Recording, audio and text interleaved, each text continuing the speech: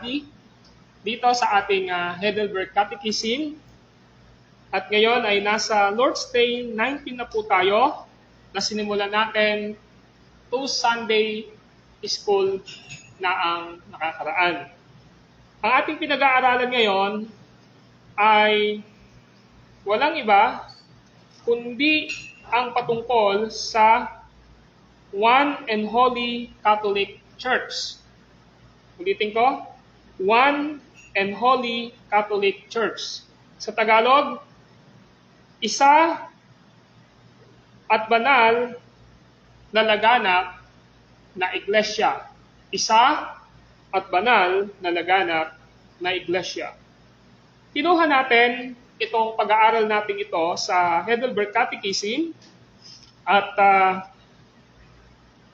patuloy na iniisa-isa natin ang artikulo ng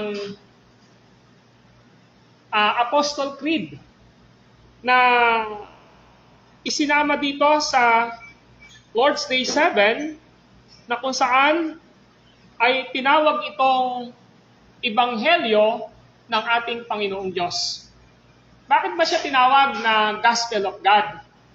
Kasi Gospel of God siya dahil tumutukoy po ito sa Ebanghelyo ng Diyos na pinakilala ng banal na kasulatan, pinakilala ng mga sinaunang Kristiyano sa kasaysayan ng Iglesia, historical sa church history, na ang Diyos ay isa, subalit nagpahayag siya sa 3 persona.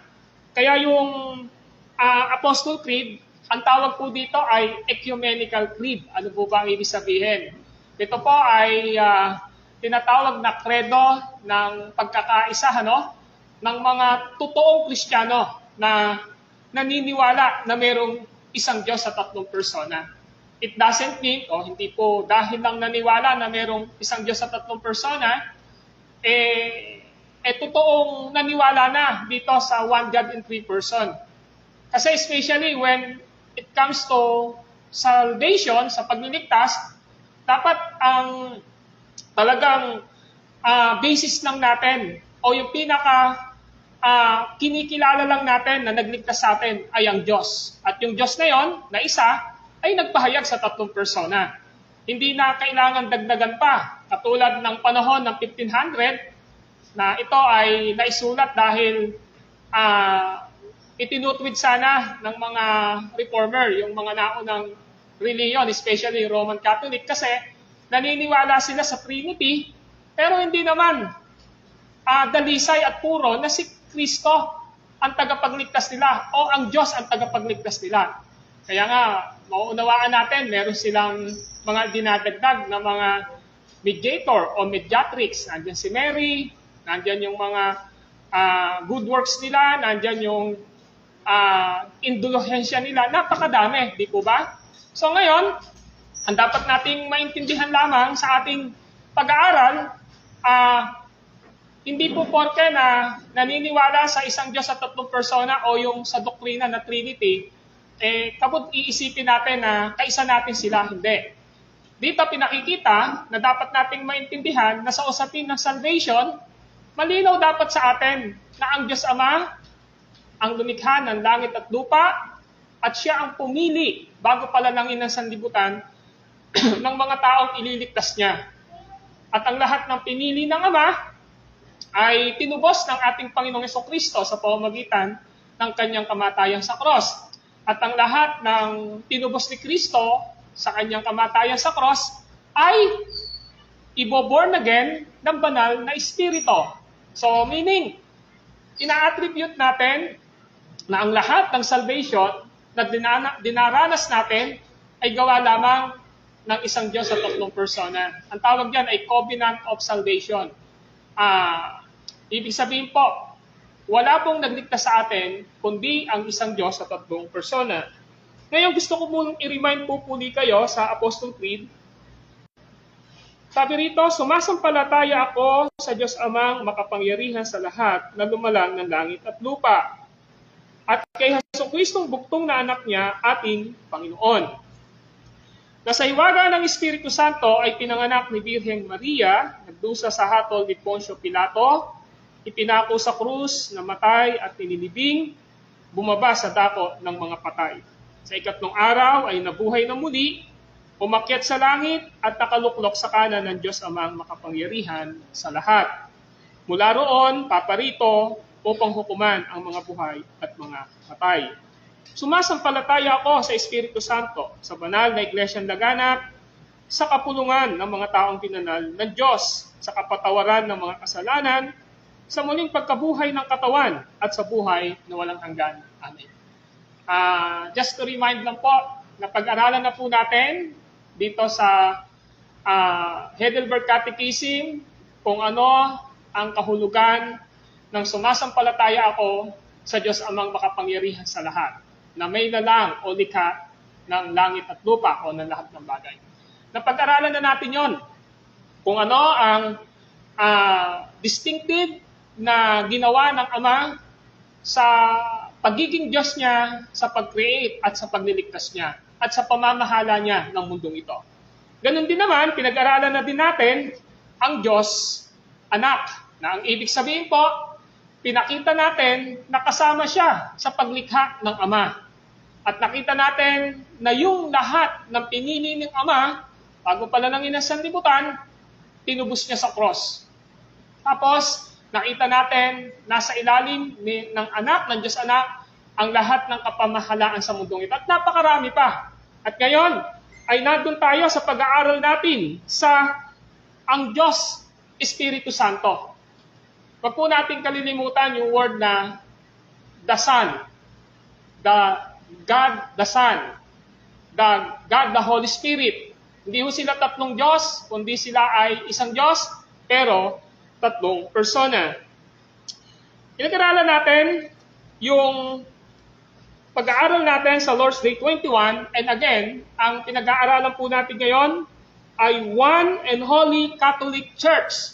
Sa Tagalog po, ang isa at banal na iglesyang laganap. Ang salitang Catholic ay universal, pangkalahatan. Iba po ang Roman Catholic. Ang Roman Catholic ay yung nagmula sa Rome. Sila yung nakikita natin na Roman Catholic. Na merong Pope, sila po yun.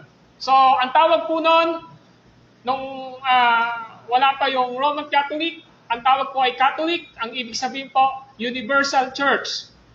Pangkalahatang iglesia. At naaral na natin yon na meron lamang iisang church ang ating Panginoong Hesukristo sa mundong ito. At ang lahat ng naniniwala sa isang Diyos sa tatlong persona, the Father, the Son, and the Holy Spirit, at sa kanilang tinatawag na distinctive sa pagsisave. Para hindi kayo malito, sa salvation, dapat nating maintindihan ang Father ang humirang bago pa lalangin ang sanlibutan. Lahat ng inirang ng Ama na yon, yun ay ibinigay niya kay Jesus upang bayaran ang kanilang kasalanan doon sa cross. At ang lahat ng tinubos ni Jesus sa cross ay ibo-born again. Ibo-born again po. Sigurado po yun, ibo-born again. O babaguhin o i-regenerate ang puso ng taong yon at pagkakalooban ng pananampalataya na kapagliligtas at pagsisisi at magkakaroon ng tunay na kaligtasan. So dapat ganyan ang ating pagtingin when it comes to salvation kung sino ang one God in three person. Napag-aralan natin yung Lord's Day 21, question and answer 54. And I just want to remind us, ang sabi rito, ano ang pinaniniwalaan mo tungkol sa banal na iglesyang laganap ni Kristo?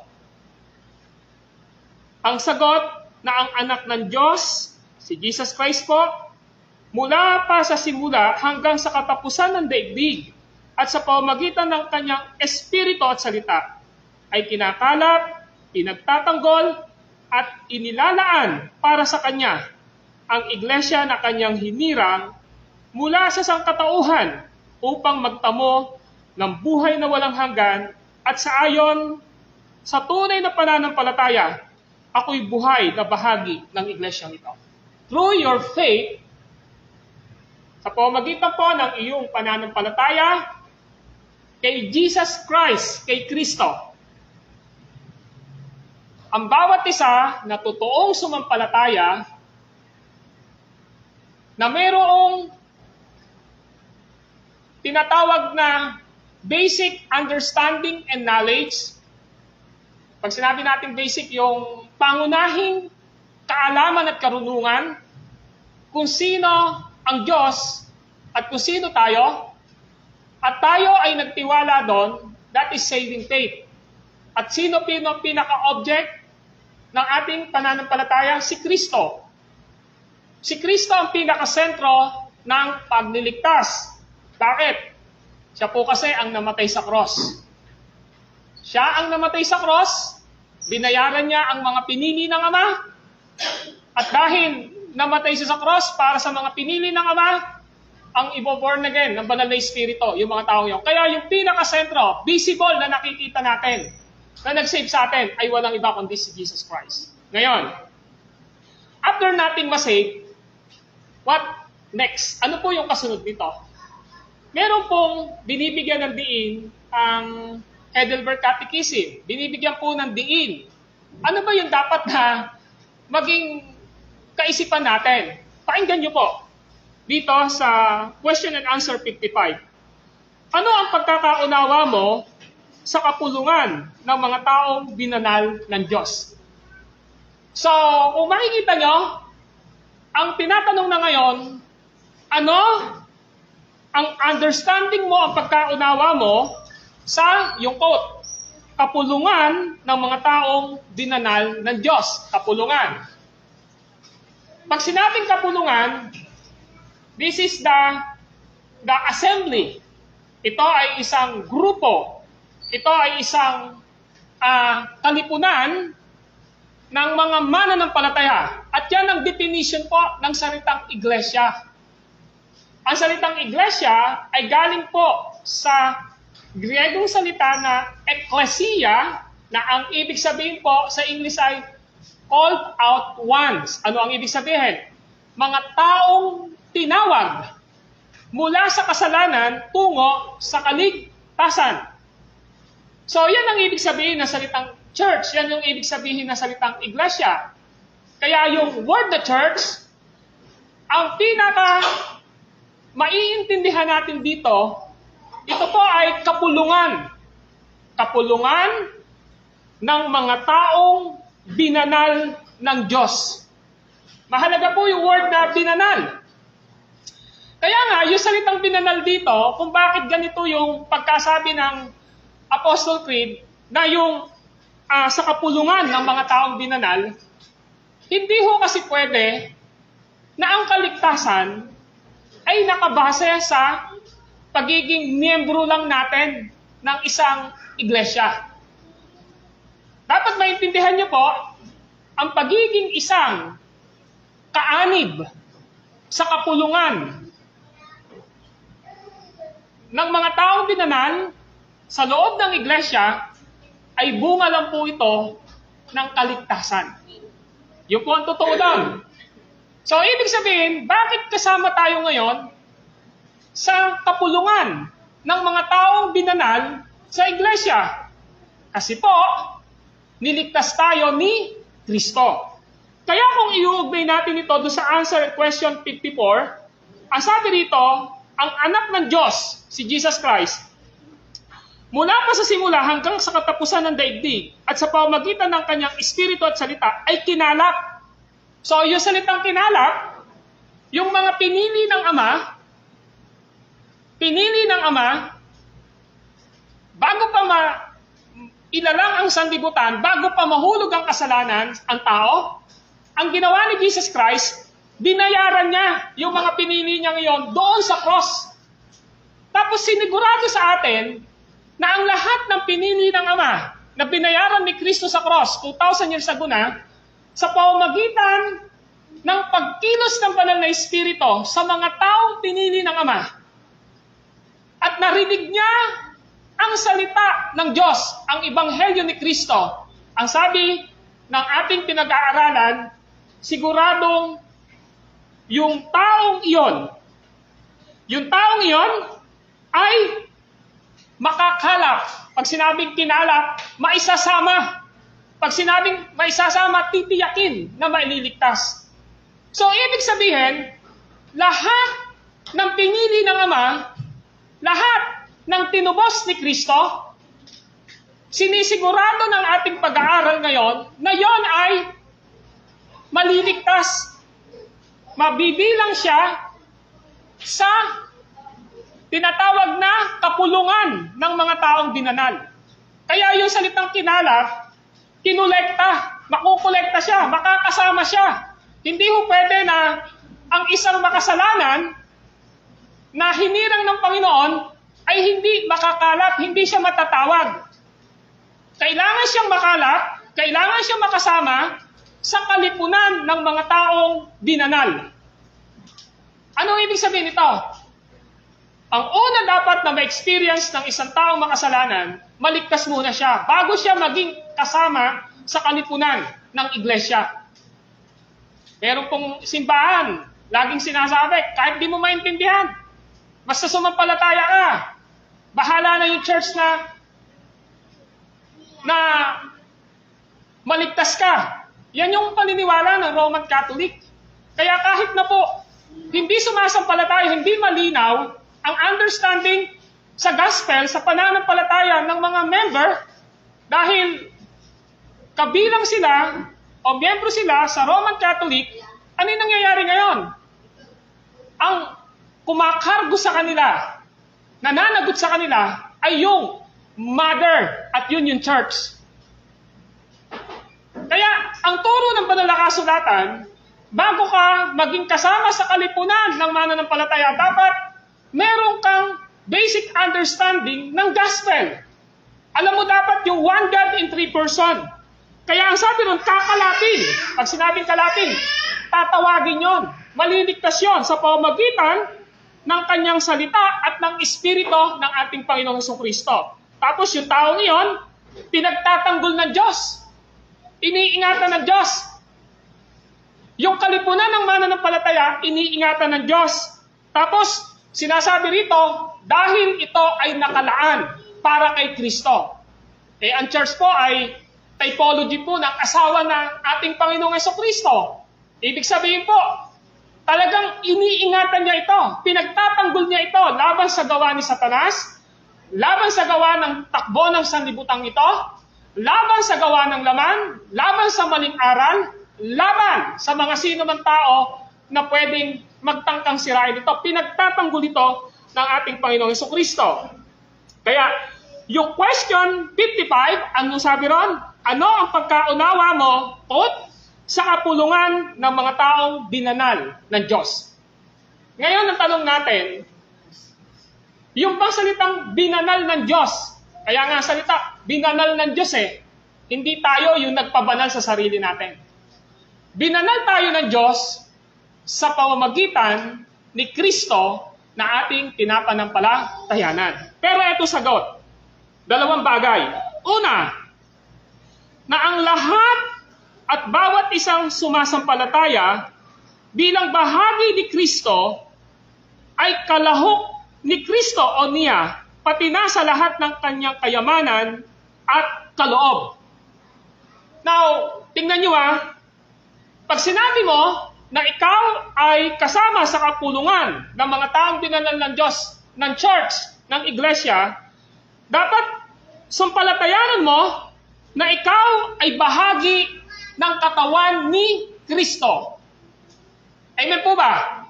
Yun yung una mo dapat maintindihan.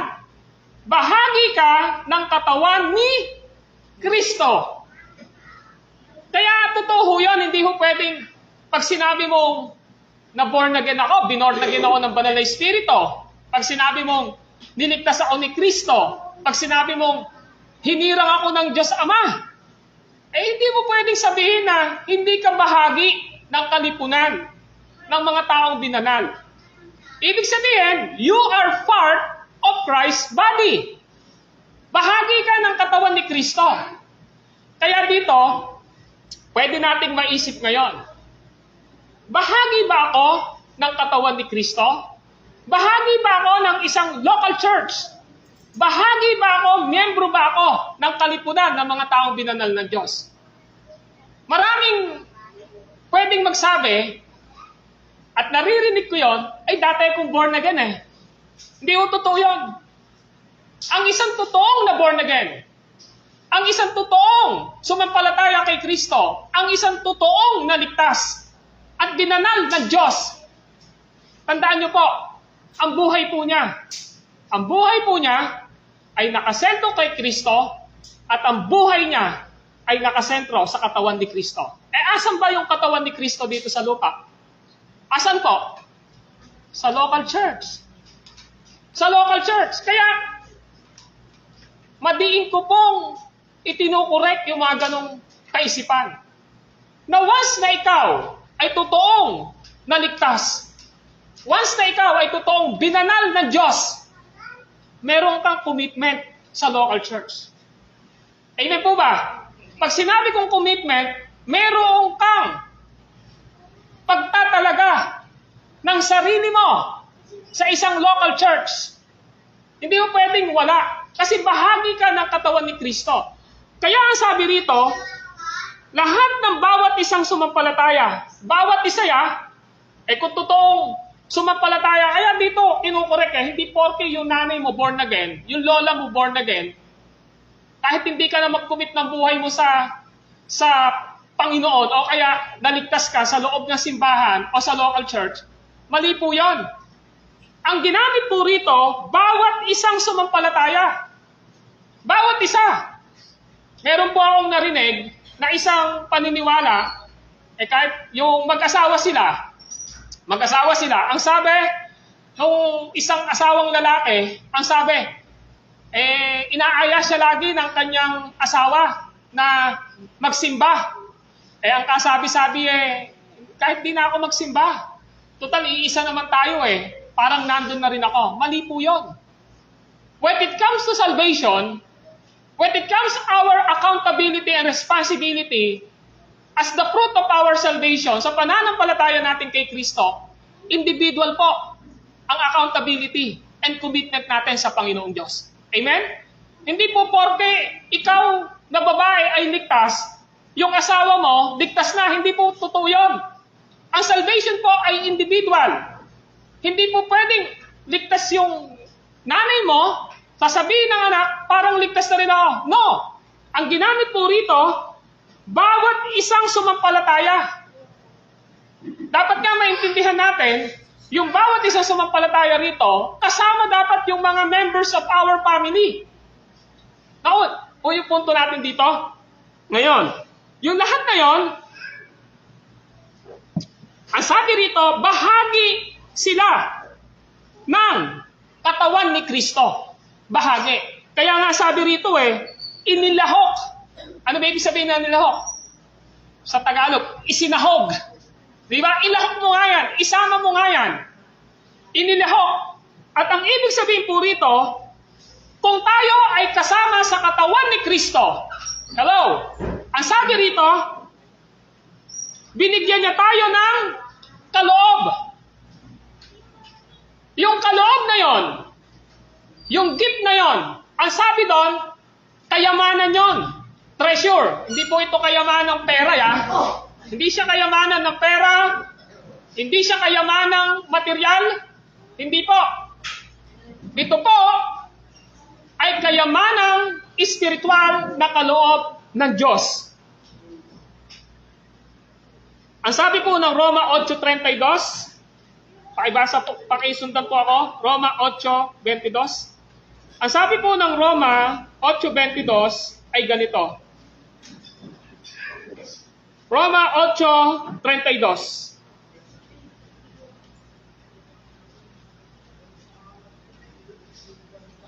Sabi ng Romans 8:32, hindi niya ipinagkait ang sarili niyang anak, kundi ibinigay para sa ating lahat.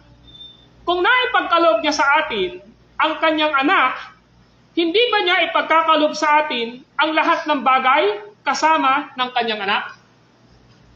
So, kapag tayo ay bahagi ng katawan ng ating Panginoong Jesucristo, malinaw po na sabi ng Apostol Pablo, kung naipagkaloob niya sa atin ang kanyang anak. Una muna sinasabi rito, pinagkalooban niya kayo ng pinakamahalagang bagay na kailangan natin. At yun ay sino? Yung anak niya na nagkatawang tao. Ang tanong, bakit siya nagkatawang tao? Para mamatay sa cross. Para mabuhay. Bakit? Para sa ating kaligtasan. Ano ba ang pinakamahalaga sa buhay ng tao? Maaaring isipin nyo, sa akin, ang mahalaga ngayon ay kayamanan. Ang mahalaga sa akin ngayon ay pera. Ang mahalaga sa akin ngayon ay pag-aaral ko. Ang mahalaga sa akin ngayon ay ang negosyo ko. Mahalaga sa akin ngayon yung karir ko. Mahalaga sa akin ngayon yung pagiging nanay at tatay ko. Pero hindi ko yun ang pinakamahalaga. Ang pinakamahalaga na dapat na matanggap na kayamanan mo ay walang iba kundi ang kaligtasan na ibinigay sa pamamagitan ni Kristo. Kaya ang sabi niya, kung naipagkaloob ng Diyos sa atin ang kanyang anak, hindi ba niya kayang ipagkaloob sa atin ang lahat ng bagay? Kaya niyang ibigay ang lahat ng bagay. Pero matalino po yung Diyos.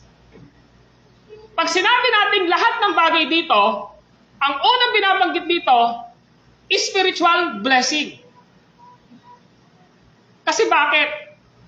Alam mo naman, bigyan mo yung anak mo na hindi niya naiintindihan kung bakit mo siya binibigyan ng isang bagay. Mapapahamak lang siya dyan. At alam ng Diyos sa atin na dapat na maunahan tayo na ang spiritual blessing na dapat na meron tayo ay ang kaligtasan. Yung maturity ng ating pananampalataya kay Kristo.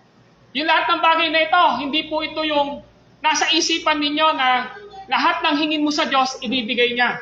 Hindi yun. Sometimes, we are tested by God. Totoo po yun. When you pray to the Lord, tapos tinugon niya yung prayer mo, tapos you are not good steward doon sa mga pagtugon niya sa'yo, sa susunod. Alam ni Lord kung paano kanya tutugunin. Bakit? Sometimes, we have so many prayers in our lives. Di po ba? Lord, bigyan mo lang ako ng ganito. Magbibigay ako sa iyo ng ganito. Lord, gawin mo lang sa katawan ko to. Maglilingkod ako sa iyo, Lord. Lord, eto yung kailangan ko. Gawin mo lang ito. Meron akong gagawin sa iyo. We have a lot of promises sa ating Panginoong Diyos. Pero kung di natin gagawin yon, alam ng Lord kung paano siya makikitungo sa atin. Nakuha niyo po ito? Sabi ng Bible, yung lahat ng bagay na sinasabi rito, this is our spiritual blessing. But God promises na kahit na ang kamatayan, kahit na ang kagutuman, kahit na ang tabak, kahit na ang kataasan, ang kanaliman, o anumang bagay sa mundong ito, no one can separate us from the love of God. Amen? Kaya, mga kapatid, we are not before to the materials and financial blessing of this world. Kaya sinasabi, if you are part of Christ's body, you should consider yourself always na you are not blessed spiritually para lamang sa sarili mo. Dapat isipin natin yon. Kapag ikaw ay pinagpala ng Panginoong Diyos, nagmamature ka, lumalago ka sa pananampalataya mo, kailangan mong paglingkuran si Kristo. At paano mo naman mapapaglingkuran si Kristo? Sa pamamagitan ng mga tao ng ating Panginoong Jesucristo, and that is church. Or else, sa mga taong wala pang kaligtasan. If you are blessed financially, you should help the Church of Christ. Amen po ba? Yun yung gusto natin. Parang ganito lang yun eh. Halimbawa ako, kami ng asawa ko, nag-adapt ako. Hindi namin anak yon. Tama po ba? Hindi namin anak, in-adapt namin, inampun namin. Ang ginawa namin, lumaki siya sa loob ng tahanan namin. Yung family namin, yung kinilala niya kami na anak na magulang niya kami. Sa tingin nyo, kapag ito ba ay lumalaki, meron po ba siyang magiging part sa family para makatulong? Meron po ba o wala? Sagot po kayo, meron o wala? Meron. Paano kung nagtatrabaho na yan? Meron ba siyang responsibility sa family nila? Sagot Ate Norma, meron. In the same way, ganyan po sa loob ng simbahan. Amen po ba?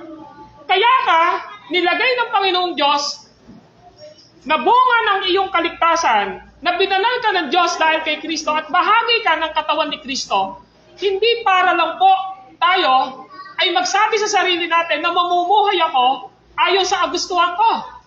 At ako na yung bahala sa sarili ko. No, malinaw na sinabi rito, na ang sabi rito, ang Diyos ang nagbigay sa atin ng lahat ng kayamanan at kaloob. Pero meron siyang sinabi rito, pangalawa. Ang pangalawa, ang sabi, na kailangang malaman ng bawat isa ang kanyang tungkulin. Hello? Pakinggan niyo po. Are you member of Christ's body? Yan ang unang tanong natin. Dapat malinaw muna sa atin yan. Kasi baka hindi mo ito maintindihan eh. Kapag bahagi ka ng katawan ng ating Panginoong Hesukristo, which is the church, kapag bahagi ka ng mga taong binanal sa kalipunan ng ating Panginoong Diyos, may ibinigay ang Diyos sa iyo. Ang sabi ron, doon sa unang binanggit kanina, sabi rito, inilahok ka ni Kristo sa kanyang katawan. Binigyan ka niya ng lahat ng kayamanan at kaloob. Amen po ba? Pero may responsibility ka. Yung pangalawa, ang sabi rito, na kailangang malaman ng bawat isa ang kanyang tungkulin. Nakita nyo? So, ibig sabihin, kung bahagi tayo ng katawan, ito po yun. Tumingin muna po kayo sa akin dito. Ito yung ulo, si Kristo, kunwari, tapos tayo yung katawan. Dapat alam natin yung tungkulin natin, yung function ng katawan. O yung kamay, ano ba yung function ng katawan? O, di ba mapaka-basic? Tanggalin ko kaya yung dalawang kamay ko neto, ano kayo mangyayari sa atin? Di po ba? May function po ang lahat ng bahagi ng katawan. Paano kung wala po yung paa na dalawa? So sabi rito, na kailangang malaman ng bawat isa ang kanyang tungkulin. So may tungkulin po tayo. Yung pala, parang isang katawan, eto yon, lahat ng iyan ay mayroong tungkulin. Ibig sabihin pala, lahat dapat nagpa-function. Amen po ba? Amen. Ngayon sasabihin nyo, Pastor, parang hindi naman po ako pwedeng mag-function sa loob ng simbahan. Alam nyo, pag pinag-usapan natin, that is your only reason. Tingnan nyo, pakita ko po sa inyo, hindi ko alam bakit may kuko. Ano po kaya yung purpose ng kuko sa kamay natin? Hindi ko alam, pero malamang kanya-kanya tayo ng idea rito. Bakit kailangan pang lagyan ng kuko? Siguro baka pagka nagmamartilyo ka para hindi agad dito muna di ba? Hindi ko alam. Bakit kailangan yung mata natin may nakalagay pang kilay? Tama po ba? May pilik mata pa. Ibig sabihin, dapat alam natin yung function natin. Ibig sabihin, dapat naiintindihan mo ano yung pwedeng maging bahagi mo sa kalipunan ng mananampalataya. Amen? Kaya nga kahapon, doon sa Islam Academy, doon sa pastoral theology namin, dapat daw walang ministry ng taga-upo lang. Lahat daw dapat tayo nagpa-function. Narinig ko nga yung isang nanay, pinapagalitan yung anak. Wala ka nang ginawa dyan, kundi upo ka ng upo. Malamang naiintindihan niyo ako doon. Pag nakita mo ang anak mo, na ikaw trabaho ng trabaho, tapos yung mga anak mo nakaupo lang, cellphone ng cellphone, alam mo naman matwa ka. Tama po ba? So, ibig sabihin, mga kapatid, sinasabi sa atin dito, kailangang malaman ng bawat isa ang kanyang tungkulin. Hello? Amen. Dapat alam mo yung tungkulin mo. Parang isang katawan. Lahat alam natin yung tungkulin ng bawat katawan. Ibig sabihin, meron kang responsibilidad na paglilingkod kay Kristo sa kanyang katawan. Amen. Ilang taon na po ba kayong born again? Alam nyo, Alam niyo po ba sa sarili niyo, ano yung dapat na maging bahagi mo sa isang local church?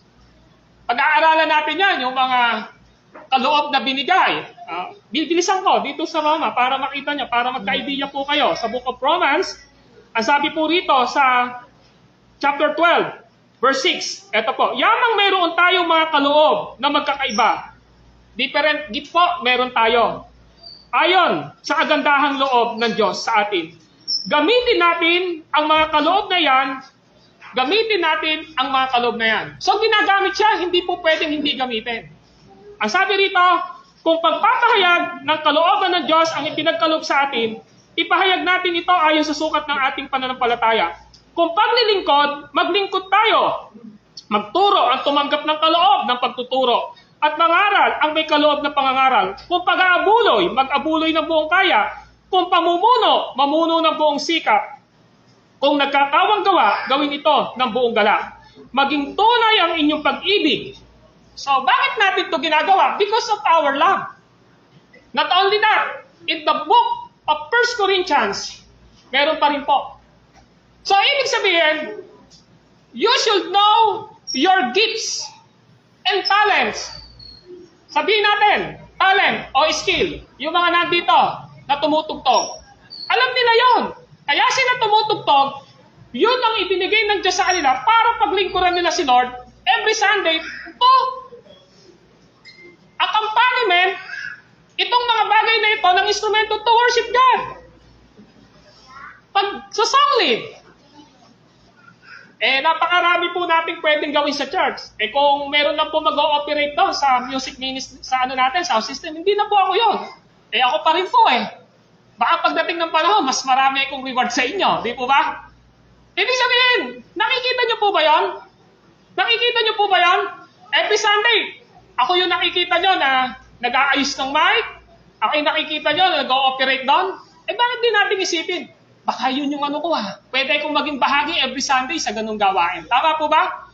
Tapos, nakikita natin, ano yung naiisip natin sa buhay natin? Kasi, kung totoo talaga tayong bahagi ng katawan ng Panginoon, hindi ho natin sasabihin na wala akong pakialam sa katawan ni Kristo. Amen? Pwede bang sabihin ng kamay ko sa gawing kanan, wala akong pakialam sa katawan mo, Fernando? Pwede po ba yon? Hindi po.